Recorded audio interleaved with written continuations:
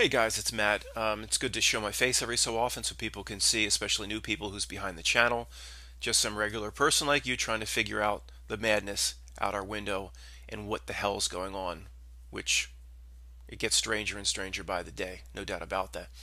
I just want to reiterate the purpose of the book because the initial 40 chapters or 50 chapters are very, very negative. Okay? It does or is intended to break down someone new to all of this, to break down someone's worldview. If you were to walk away from the book, or anybody new to this that I wouldn't consider to be the old YouTube guard or reality junkies that go back with me 7 or 8 years, if you were to read the first or listen to the first 40 or 50 chapters and just say, I can't take this anymore, it's too negative, this guy's presenting a certain element of reality that they're showing me, or they told me in school was such, or Anderson Cooper presented like this, and everything is breaking down. Nothing is what it seems. And underneath nothing is what it seems, there's a very dark, sinister element. The Lochnar, there's a green ball somewhere dictating things on this realm. It's very negative. If you walk away after 40 or 50 chapters, then I've done a disservice. Then you've created more hell in your reality bubble, and then you just carry that hell around with you. There has to be, I don't have the perfect positive solution, but I try to be as positive as I can on the back end of the book. Again, one of the main, this is a test. This reality is a test of some kind.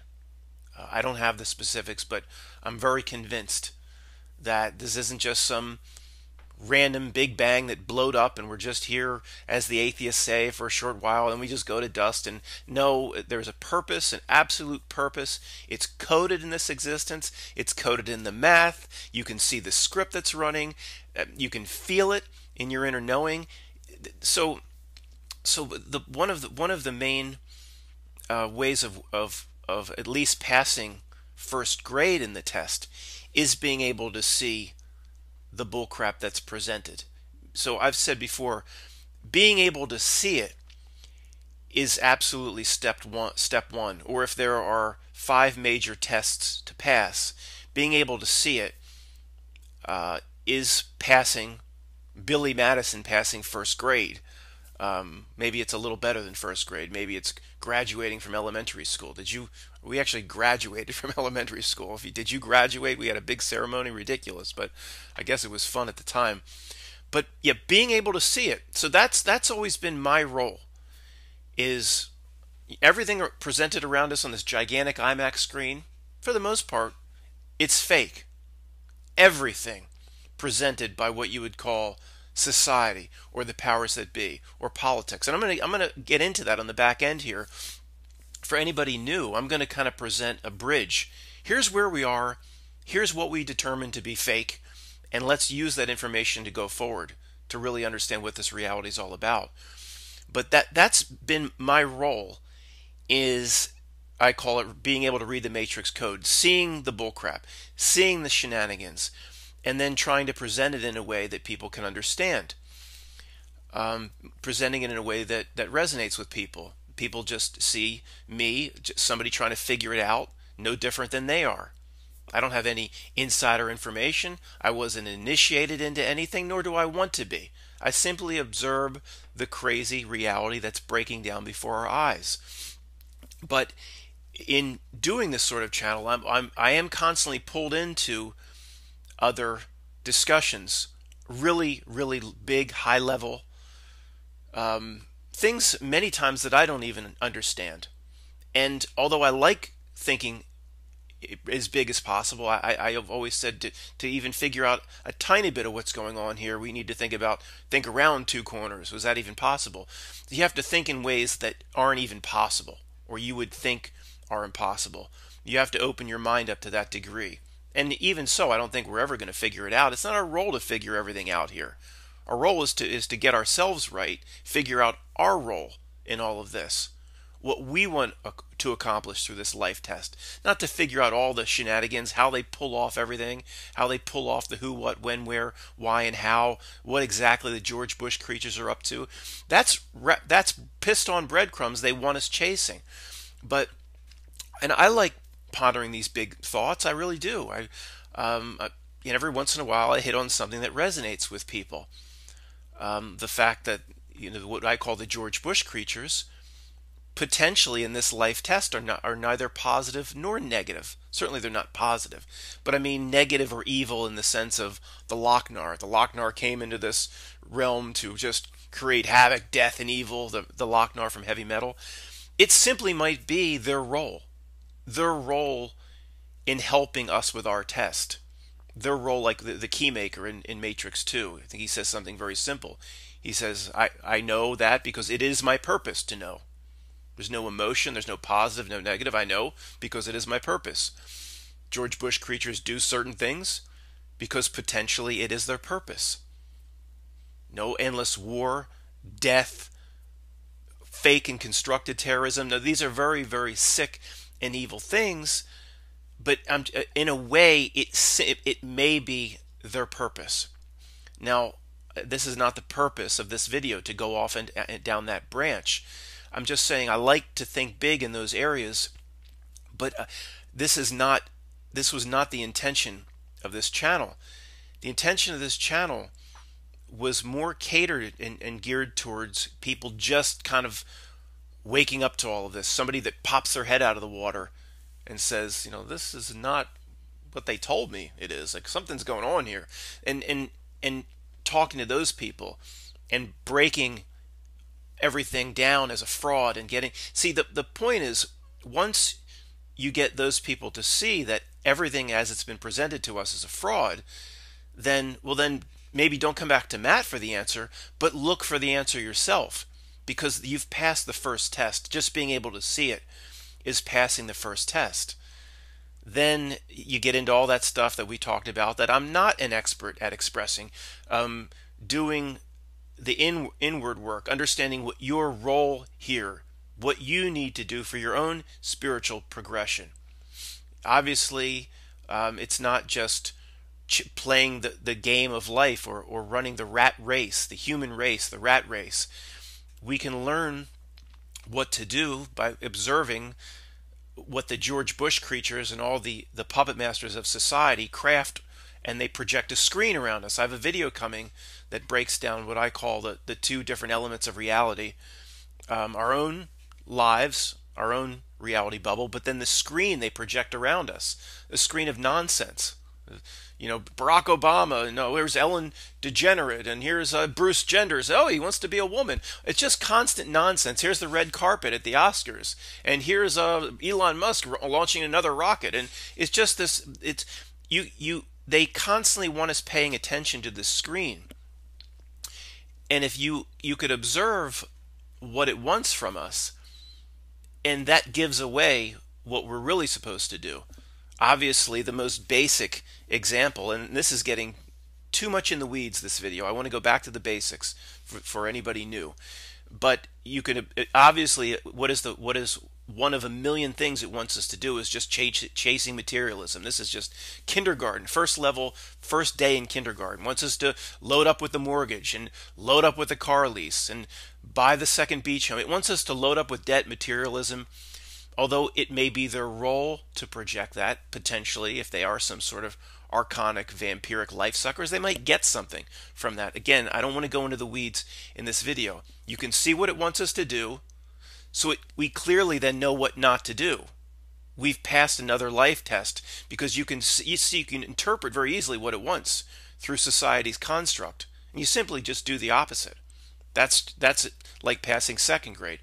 So there's a lot of high-level discussion that needs to take place, and it's fun to ponder all this. But in the end, I've said we don't need to figure all of this stuff out. What the creatures intend and what they're doing to us, the who, what, when, why, and how, we're never going to know. And stop chasing the pissed-on breadcrumbs. Figure out what we need to do for ourselves. So I just want to get back, and I'll call this segment of the video the bridge.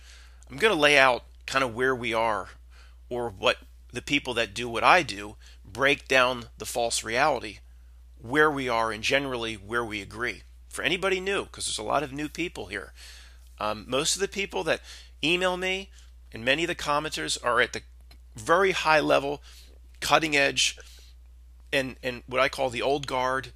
But you have to understand how many thousands and thousands of people are just putting their head out of the water, going, something's not right here.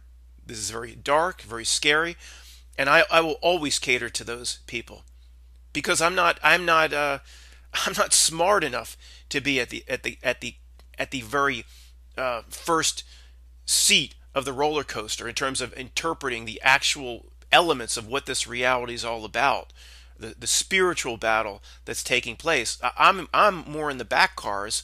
I can observe it and explain it in ways that newer people can understand.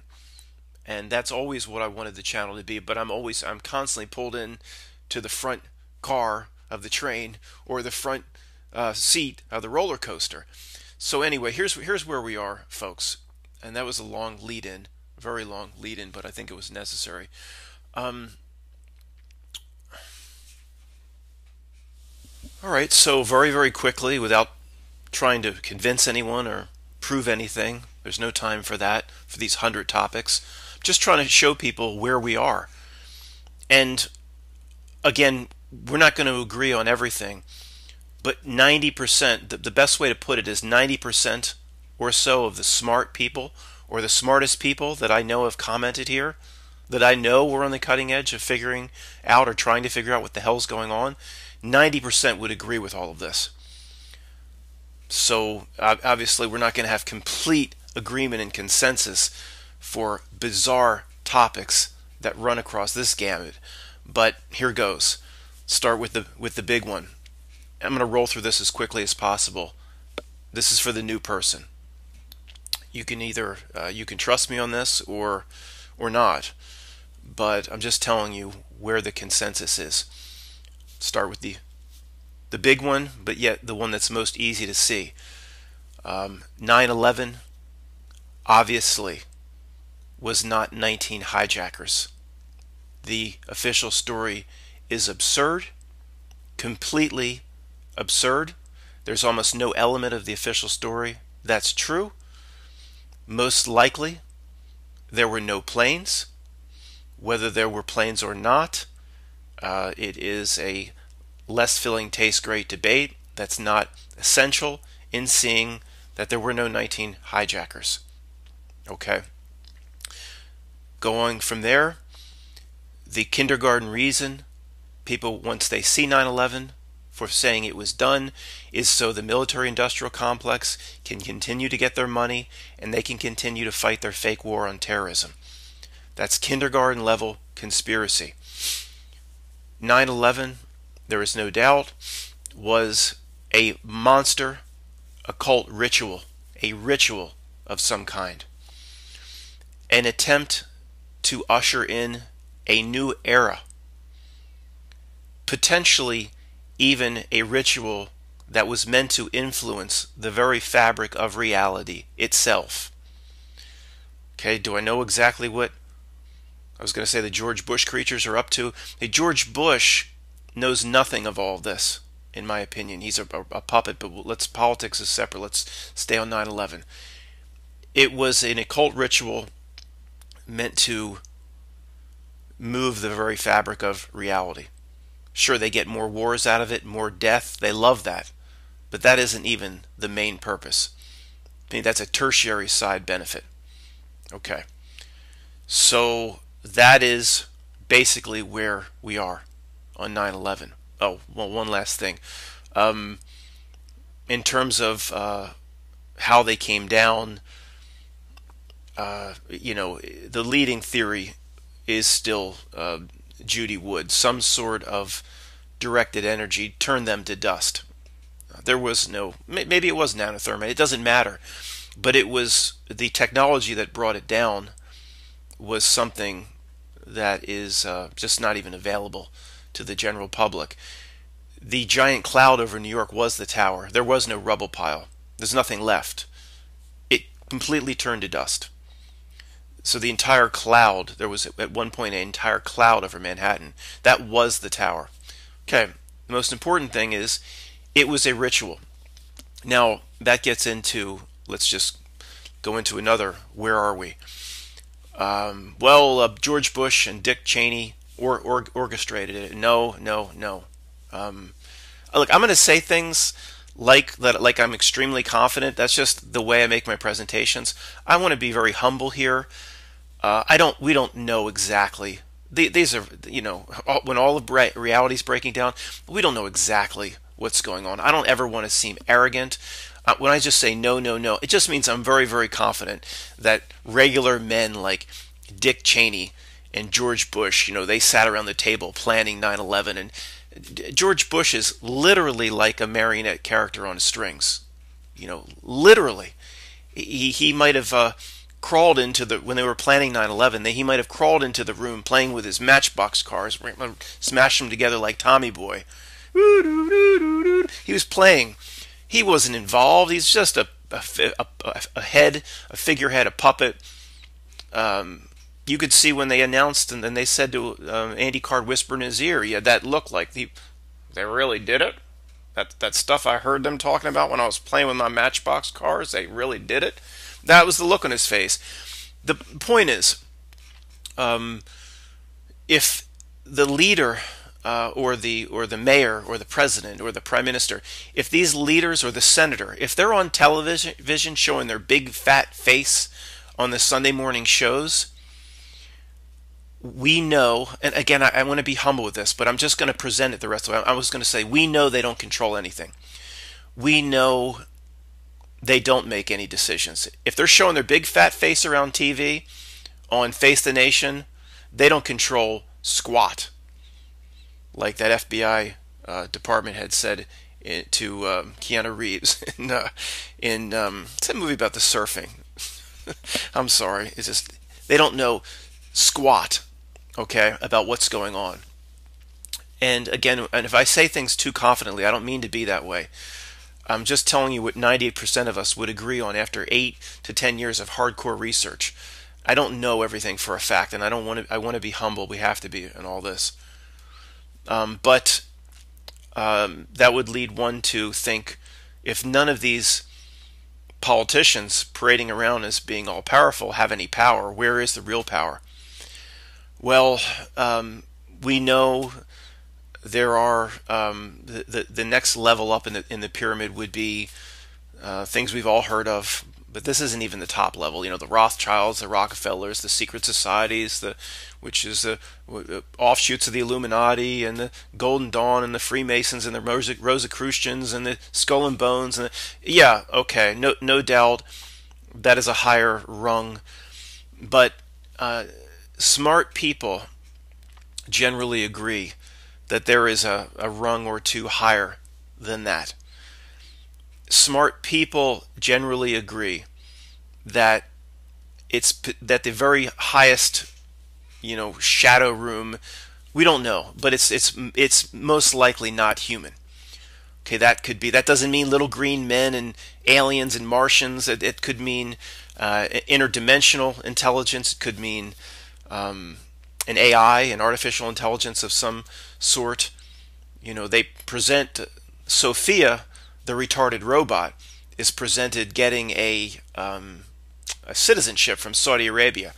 I am very pleased to accept citizenship from the kingdom.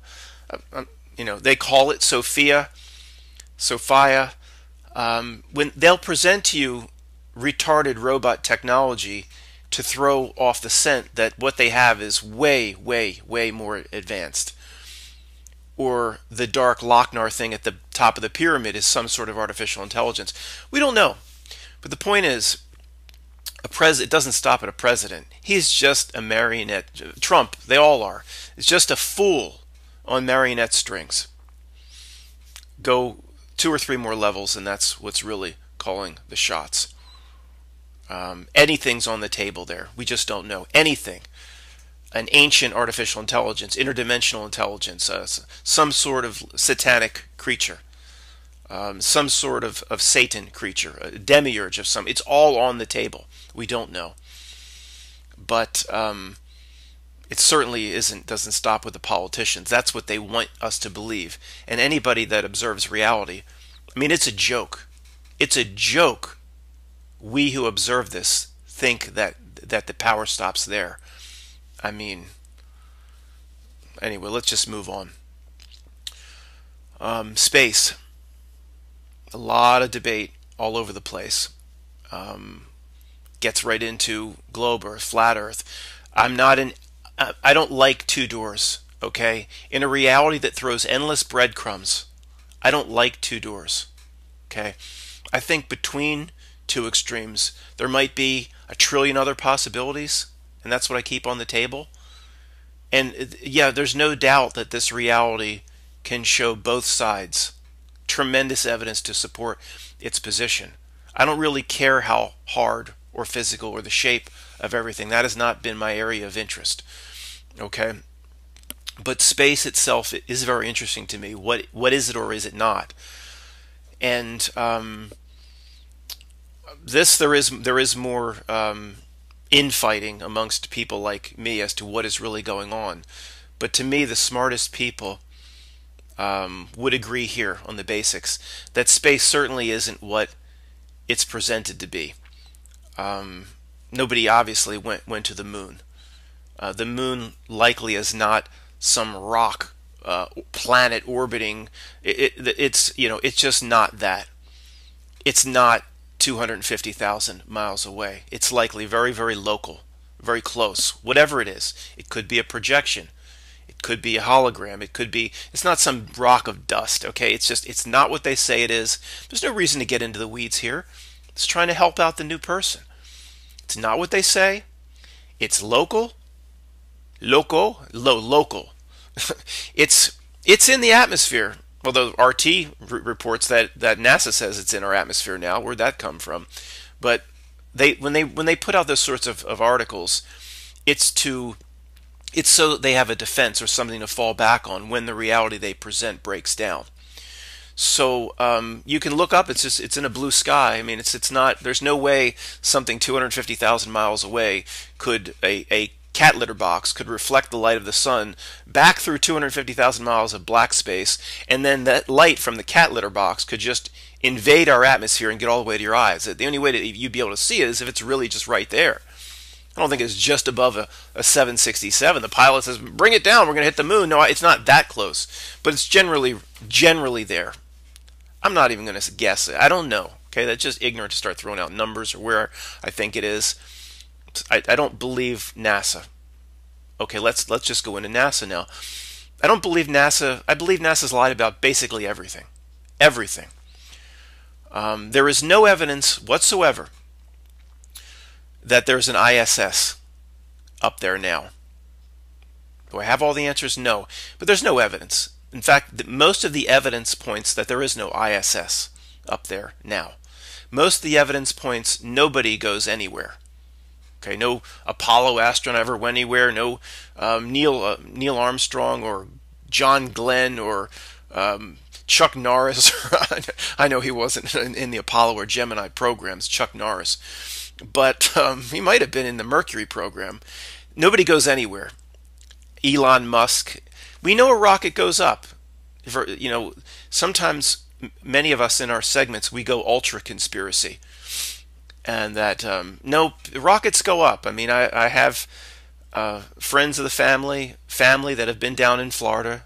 You can hear the thing, whether it be a shuttle or whatever. You can hear it. They either said hear it or see it at night from almost 100 miles away. I guess you'd be able to see it at night from 100 miles away. A huge of course, you can. Rockets go up. I mean, if you're just a neighboring town or two over from Cape Canaveral, you hear it. It rumbles the world. Something goes up. What happens after that? The smartest people in this fight would say we don't know. Most likely, there's no evidence they go up into anything. Now, there's people that say, "Oh, we saw the little dot transverse the moon with our cameras or a telescope." I don't care. I don't care. The evidence, all these shiny, happy people on the ISS, Every time they're smiling, and they plus all the work people have done showing the wires, it's a joke. So in terms of space, the consensus is it's a gigantic fraud. Where exactly we'll agree or disagree, it doesn't matter. We would all generally agree it's a fraud on a massive scale. Now the only thing I'll entertain there, or smart people entertain, is on the other side you have these Project Camelot, Kerry Cassidy interviews, and I don't, you know, I don't put a lot of stock in it. I don't. All these whistleblowers saying, but I listen, and I don't take anything off the table. All these whistleblowers, if you don't have 400 hours to go to and listen to all the Project Camelot whistleblower interviews, I'll sum them up for you in about 30 seconds. You can take my 30 seconds or 400 hours. You choose. Here's the 30-second summary. These whistleblowers come forth, say the U.S. has a secret space program. There are stargates. They have a whole ships that can go to Mars. They can teleport to Mars. They can walk through interdimensional gateways, meaning the government. What they would say is the government presents this absurd front of space through buffoons like Elon Musk. And the reason is they keep the masses entertained. I have family. These people are very smart, and they come forth and tell me, "Did you see Elon Musk put a car, a roadster, a convertible ragtop into an orbit around Mars?" And I just bite my tongue really hard and turn the other way and try to change the subject back to the NFL. No, Elon Musk didn't put no roadster in no orbit around Mars. Even himself said that he didn't change anything about the car. The tires would have immediately exploded. But they present the dumbed down version of space, and they send their rockets up. So the Kerry Cassidy camp would say that's a ruse, because what they're doing is 1,000 times more advanced with this secret space program. That is, they would say, it's not my contention. They would say it is in league with other alien intelligences. Now, there is no evidence to that, so I don't put any stock in it. Catherine Austin Fitts and people like that seem very smart, very interested in figuring out the truth, very legitimate. I don't trust anybody on that side because there's no evidence of it. There's no evidence of it. Was it my friend Roger pointed me to a recent interview with she was a great granddaughter of Dwight Eisenhower, President Eisenhower, and she comes forth in her testimony, and this was not Project Camelot, but this is the theme of the Project Camelot stuff. It's one whistleblower or somebody that has information, one after the other, year after year after year. And this was an Eisenhower. I don't remember her first name. She said, yeah, my grandfather, my great-grandfather, generally, they had the agreements in place with the ETs or the aliens, the extraterrestrials. The agreements were in place, and the secret space program was going on. And look, I'm just telling you that is all very interesting to watch those videos, and I'm not taking anything off the table. But there's no evidence whatsoever to believe any sort of that testimony. There just isn't. And in fact, there is much more evidence that it's just not believable. So hundreds and hundreds and thousands of people and you could even go back into some of the testimony of Bill Cooper about stumbling upon parts of the government that was working with aliens. And there's just no evidence. One person never would step forward. She talked about her great-grandfather, this great man. No, he's not.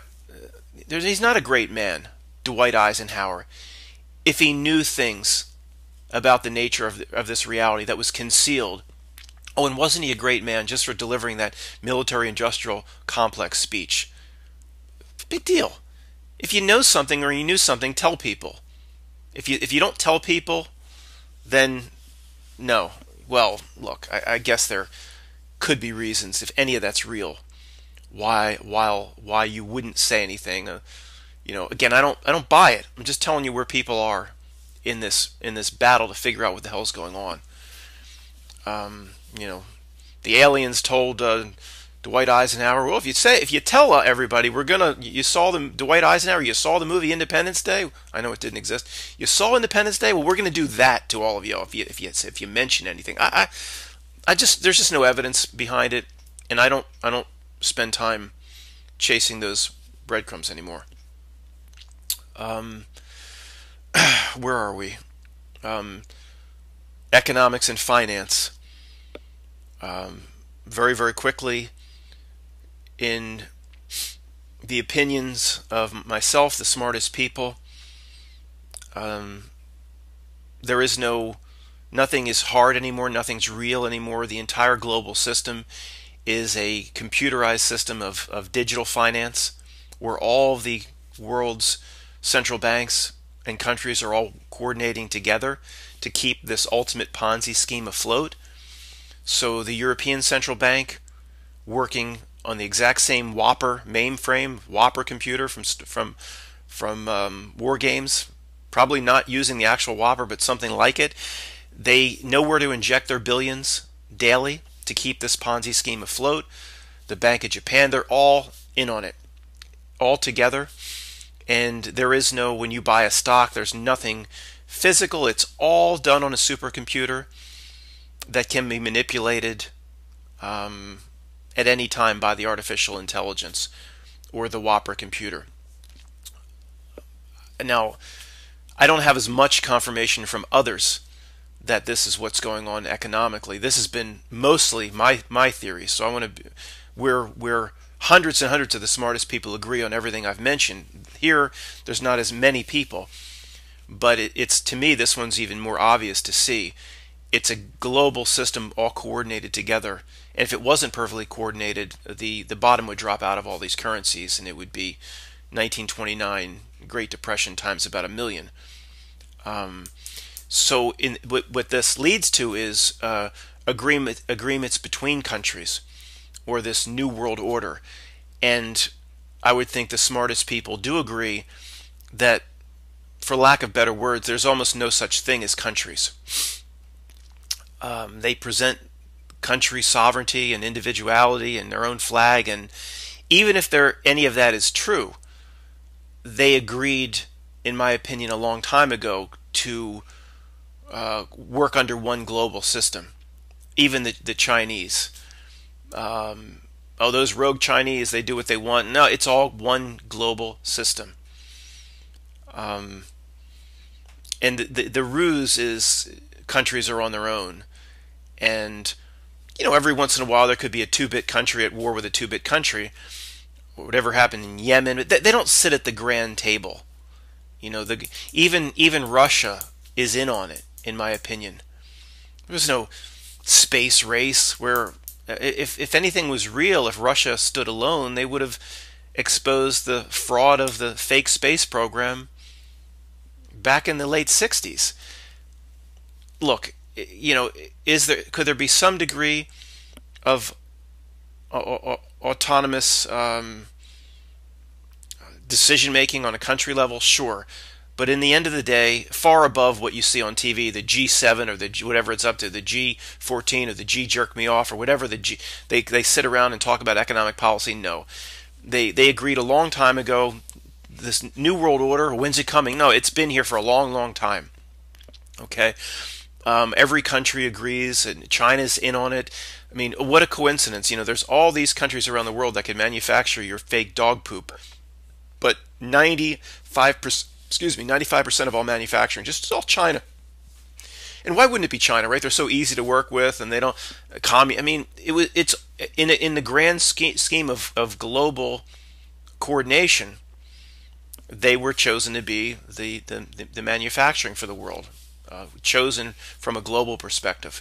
So they keep the grand Ponzi scheme of currencies going, but in my opinion, they could flip a switch overnight and go to one global currency. They will at some point.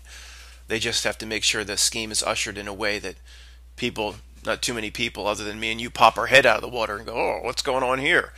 So it has to be done of course, they'll drum up a crisis. I mean, it's just the same old tired playbook and script. So, what else is fake? Uh, our history. I know that's a huge thing on the internet right now. I'm not as well versed in it. Does it surprise me that humongous elements of our history were covered up or manipulated? No, it's in the nature of the beast that's here. My favorite old parable, there's a flood and the scorpion needs to get across the river. And I guess, I don't know the animals, I forget the nature of it. The horse offers to, or the fox, smaller animal, offers to swim the scorpion across the river to safety, but says, I'm really kind of worried about doing this. You're going to sting me. And the scorpion's like, you know where I'm going with this. Scorpion's like, of course I'm not going to sting you. I need to get to the other side. We're all dead. Well, that makes sense. Halfway across, the scorpion stings the fox.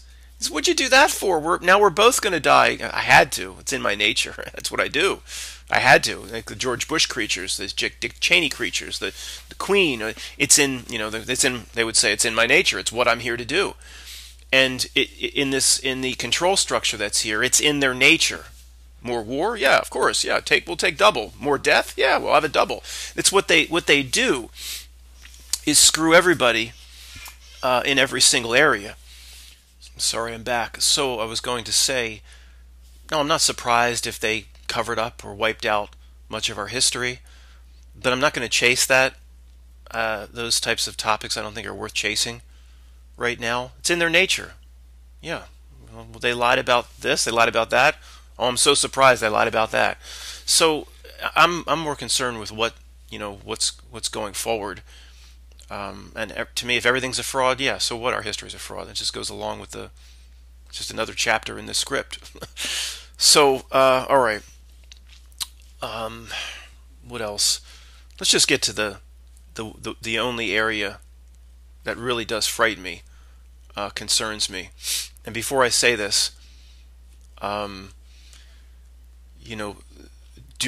we cannot harbor the negative and actually foster and manifest this hell for them, being played by them. The purpose of these exercises is to see it and then to figure a very positive way to improve yourself, to change it.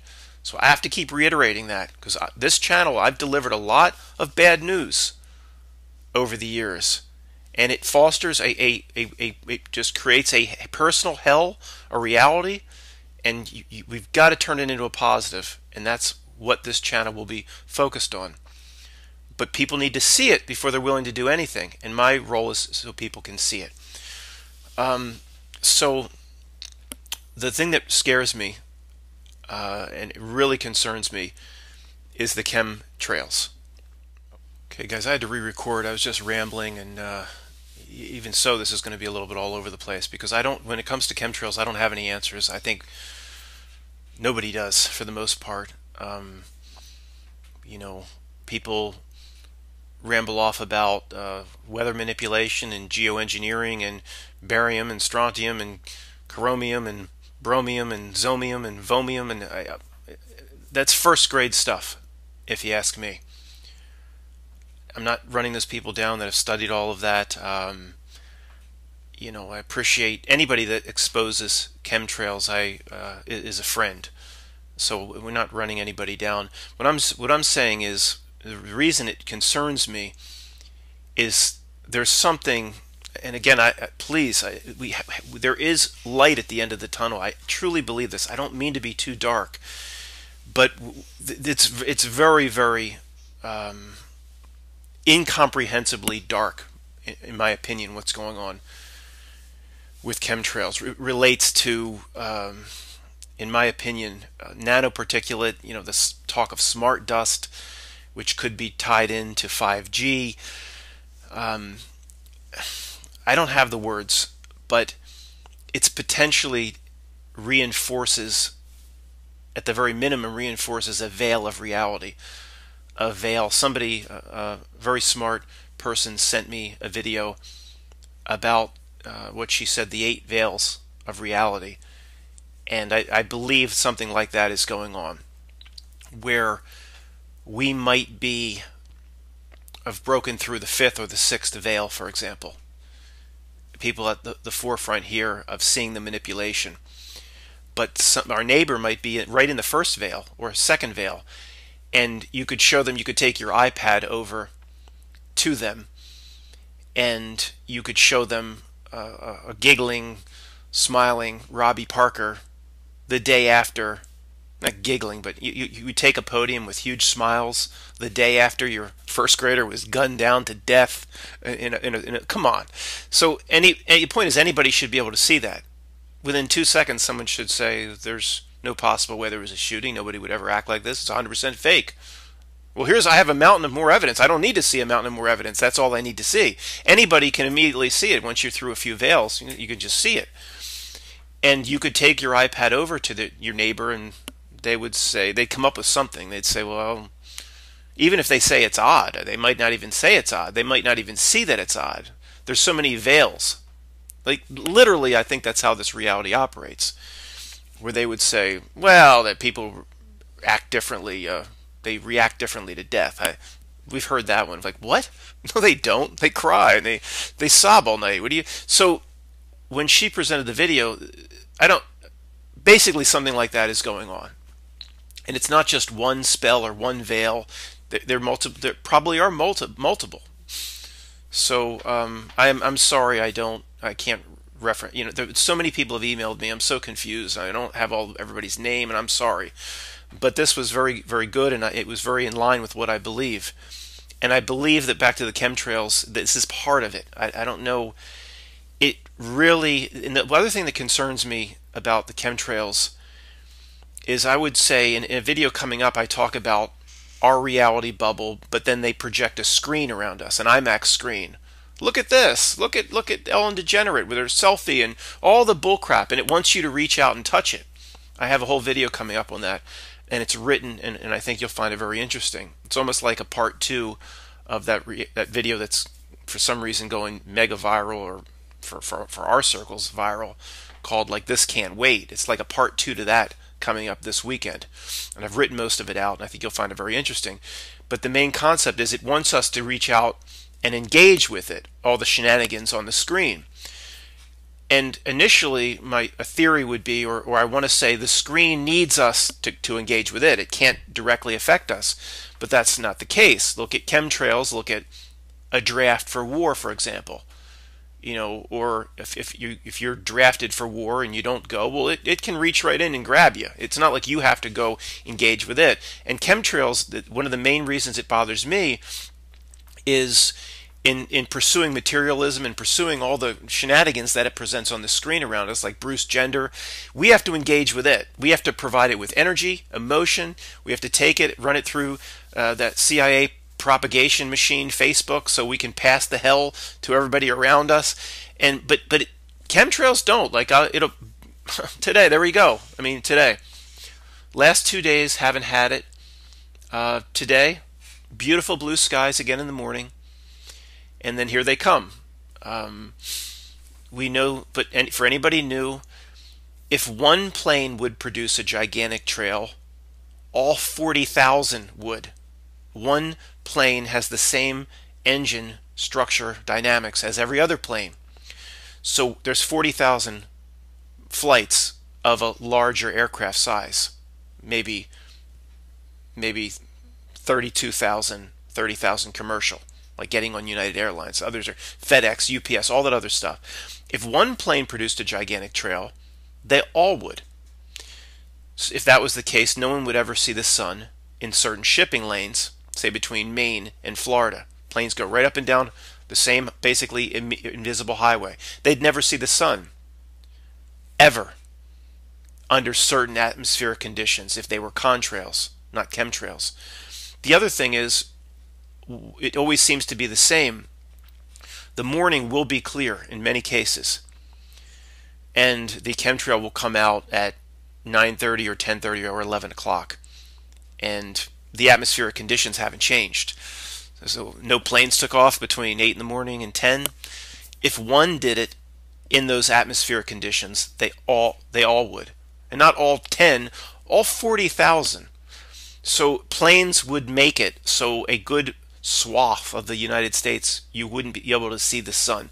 Obviously, if that was the case, then it would, it wouldn't be subtle. In other words, so they do it, and it's just subtle enough where obviously for some veiled reason most people don't notice. It is plainly obvious, but we let's I mean anybody any channel that is trying to convince people of chemtrails, there's no point.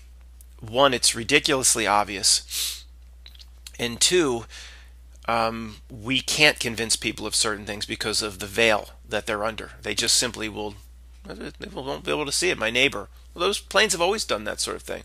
My neighbor, planes have always done that sort of thing. Yeah, I remember that as a kid. Was it part of his reality as a kid? I don't think so. I'm Mandela affected, so it's possible. Who knows? Point is, it doesn't matter. This is the now moment. It's happening now. And what bothers me is it's an instance where the screen can reach in and impinge directly on my reality. So I can be standing or sitting out on my deck, and all of a sudden, the sun intensity goes down. And I didn't ask for it. I didn't reach out to touch it. It's touching me. And I don't like when the screen, or what I call the screen, the IMAX around us, can do that.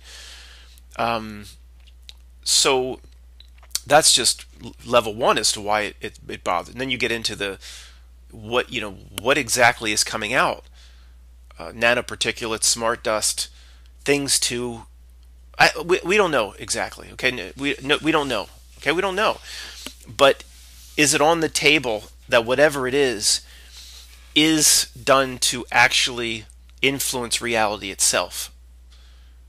At the very minimum, create another veil or reinforce the veil over the masses. Yeah, all of that is not just on the table, it's likely. And it's very invasive because I don't, I like blue sky and sun. I really do. It feels good on my skin. I feel there's a health aspect to it. And it's just harder and harder to get the sun we need. And it's very, very dark. Very, very, very dark. So that is one area that I'm going to really pay attention to. And the people that come forth and say nanoparticulates even related to 5G somehow all tied together, it's dark. I pay attention. What am I going to do with it? What can we do about that? I got to wrap this up, but we always have to keep the positive. The most important thing we can do, we can't go out and fight it with a club. Okay, we can't fight it. Chemtrails, whatever's producing it, nobody sees these planes take off, nobody sees them land. No, they're not just the pilot in United Airlines, not just pulling the lever and people looking out the window, all of a sudden they see. No, it's not United Airlines. Something is going on beyond what we understand reality to be. Okay, we're never going to know potentially exactly what it is. Where do they land? Where do they take off? All that is. It's just a big mystery. Big mystery. Nobody sees the workers at the airport. They're all in on it, pushing giant chemical things on board Delta Airlines or United Airlines and Southwest. No. Okay? It's not that. It's something else is going on beyond our comprehension, like a fly trapped on a plane at altitude. Tell the fly where he is, his predicament. Mr. Fly, you're on your way to Los Angeles. Right now we're at 30,000 feet. You conspiracy theorist asshole. Shut the F up and let me go. I'm going to try to find the lavatory. I'm going to sit on something in there. He wouldn't believe you. That's kind of the situation we're in many of these. So we don't have to figure it all out. What we do have to figure out is what we do, the positive aspect. And it always comes back to simplicity. It's what are we here to do? What is this test doing for our soul, our spiritual progression? No matter what the shenanigans they're playing and how they continually screw with us, it's no matter how bad it gets potentially, look at it as a test. How am I learning from it? How am I bettering myself? What is this spiritual battle taking place? And if it's taking place, it's for a piece of us. It's for a piece of me. It wants us to give something to it. If I had one sentence as to what the goal or what the final exam would be in this human experience test, as it exists in this day and age. One sentence, it would be something like, and I don't like the word human being. We need to talk about that. That's a word they probably gave us, but it's people like he's talking about one big sentence and he won't get it out. Man, I don't know. Sometimes you get screwed with like that, and you get distracted. And what it would be is to stay human. I'm getting very distracted right now in getting this out. We have one primary goal above anything else in this life. It's simply to hold on, to stay human. That takes precedence over everything. It's like those movies where you can take everything from me, but you can't take this. And that is basically what's going on. They're trying to take everything from us in their debt system they construct and their chemtrails, and they want us to reach out and touch all the aspects of the faux society, but we have to circle the wagons around ourselves, and it's not too sexy. Whatever greater solution comes from this, it all starts here. We are in a battle here to protect what we would call our own humanity. And every time we engage with it, we give a piece of it away. Or like the Pope says, the soul goes to the abyss. It doesn't go to hell, it goes to the abyss. It's like giving away soul tokens. And I don't like human being. I'm reading a bit of Gulliver's Travels, Jonathan Swift. And guess what? He comes across a country where the horses are in control and other animals. And guess what the humans are? They're called Yahoos. Yahoo, just like the email address, Yahoo. And the search engine. Not much of a search engine anymore. Everybody just uses Google. But they're called Yahoos, and they're filthy, dirty, hairy, disgusting creatures. And the reason I bring this up is, this Jonathan Swift in Gulliver's Travels, it is a satire on the way humans live, no doubt. So he was kind of trashing humans, but he's actually trying to help us. Jonathan Swift makes fun of the human society we've constructed, and is a very positive way, makes fun of what humans have done to themselves. So in calling humans these yahoos, the humans of this realm he stumbles across are these disgusting creatures that, of course, are human, just like big hairy men or Neanderthal types. He's cutting up humans, but he's doing it on purpose, so we'll give Jonathan Swift a pass. But when the company, the corporation, Yahoo, calls it the leading search engine, it was absolutely on par with Google back in the day. You would use Yahoo as much as Google. Anybody under age 35 or 40 just has no recollection of that. It was on par with Google, and they call it Yahoo. And is it actually naming your company to disparage the human race? In my opinion, yes, absolutely. They got the name directly from the Gulliver's Travels, but nobody puts two and two together, and I wouldn't either until I stumbled upon it recently. I guess, I don't know, maybe more people have read Gulliver's Travels than I figured, but I hadn't. But anyway, that's what people put two and two together when they read that the Yahoos are these disgusting creatures, and whatever that founder Jonathan Yang or whatever the founder of Yahoo did, and would say there's a relationship. I don't think most people would, of course, and to me it's clear. So when they name us human beings, to me it's a system-crafted term. We know language was created in advance, and we need to come up with something. I don't want to it's like calling myself a Yahoo after seeing the description of what that is in Gulliver's Travels.